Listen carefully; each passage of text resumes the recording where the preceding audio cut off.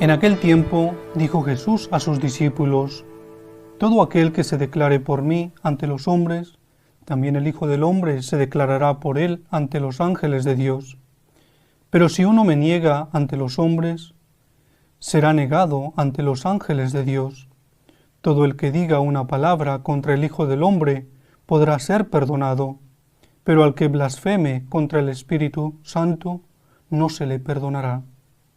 Cuando os conduzcan a las sinagogas ante los magistrados y las autoridades, no os preocupéis de cómo o con qué razones os defenderéis, o de lo que vais a decir, porque el Espíritu Santo os enseñará en aquel momento lo que tenéis que decir. Palabra del Señor. Gloria a ti, Señor Jesús. El camino hacia la misericordia. Dios es rico en misericordia. Reflexionábamos ayer sobre la misericordia de Dios en la fiesta de San Lucas. Y hoy el Evangelio nos habla que el Hijo del Hombre, aquellos que hagan o que ofendan o que cometan un pecado contra el Hijo del Hombre, serán perdonados. Pero aquel que blasfeme contra el Espíritu Santo no será perdonado. Podemos también comentar algo sobre el sacramento de la confesión, muy indispensable y necesario para nosotros. Nosotros tenemos que reconocernos pecadores, reconocer que hemos fallado a Dios, que hemos fallado a nuestro prójimo o incluso también que nos hemos fallado a nosotros mismos. Y tenemos que buscar, pedir la reconciliación, el perdón de Dios. La Iglesia nos propone de al menos confesarnos una vez al año. Pero nosotros no podemos ser personas que se reducen a ser solo el mínimo, solo con los requisitos. Nosotros tenemos que ir más allá, dar un paso más adelante. Si bien tú no tienes un pecado grave, si han pasado 2, 3 meses, y tú, haciendo un buen examen de conciencia, te das cuenta que no has hecho ningún pecado grave, pero ciertamente que todos cometemos pecados veniales.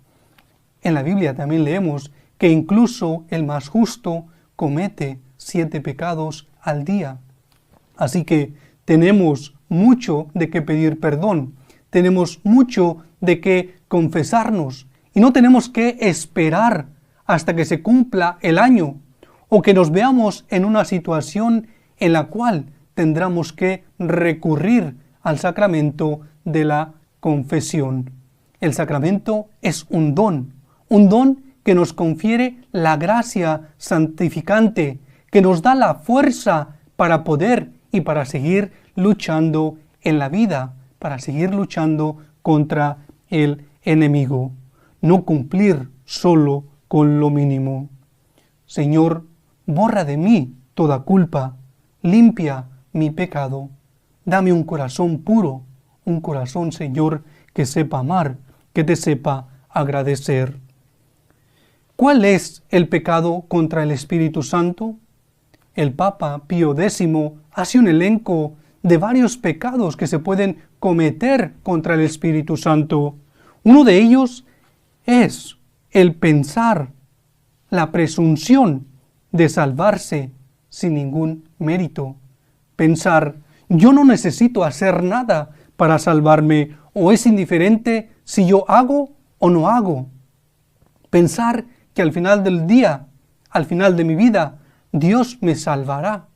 Ciertamente que Dios es rico en misericordia, pero yo no puedo abusar de la bondad de Dios y caería en un grave error pensando que ya me confesaré hasta el último momento de mi vida, o que ya cuando me encuentre en una situación de peligro me confesaré para pedir perdón a Dios, o que ni siquiera será necesario confesarme porque Dios es tan bueno que me perdonará, que no será necesario que me confiese, no será necesario que obre bien, no será necesario que busque vivir el Evangelio, que busque vivir los mandamientos, el decálogo. Este es un grave error en el cual muchas personas pueden caer, una falsa confianza, una autosalvación. Esto no es así. La salvación es un don gratuito. Y si alguien llega a pensar de esta forma, está cometiendo un grave pecado contra el Espíritu Santo. Por gracia sois salvos, nos dice, leemos en las cartas de San Pablo. Otro punto importante que resalta también el Papa contra los pecados del Espíritu Santo es desesperación de la salvación, es decir, perder la esperanza en la misericordia de Dios, pensar, mi pecado es tan grande, tan grave, que Dios no me lo perdonará, no merezco el perdón de Dios, pensar que ya Dios no puede perdonarme porque yo he cometido un pecado horroroso, un pecado tan grande que no tiene perdón. Eso sería cerrar las puertas de la misericordia, del amor a Dios para con nosotros. Nosotros tenemos que ser humildes y pedir perdón a Dios. Acudir a la confesión y pedir perdón a Dios por nuestras faltas, por nuestras culpas, por nuestros errores, y no caer en este error de pensar que mi pecado es más grande que la misericordia de Dios, porque de todo lo contrario estaríamos también cayendo en un pecado contra el Espíritu Santo. Pensar también que ya no hay posibilidad de cambiar. Yo soy así y nadie ni nada me va a hacer cambiar. Esto también es una actitud errónea por nuestra parte, pensar de que ya no hay nada que hacer, de que el árbol ha nacido, ha crecido, torcido y ya no hay nada que hacer. Ahí también estamos cerrando las puertas a la gracia de Dios que actúe en nosotros. Nosotros tenemos que disponernos, recibir, cooperar con la gracia de Dios para poder cambiar, porque Dios ciertamente puede transformar nuestro corazón, puede transformar nuestra forma de pensar, nuestra forma de actuar.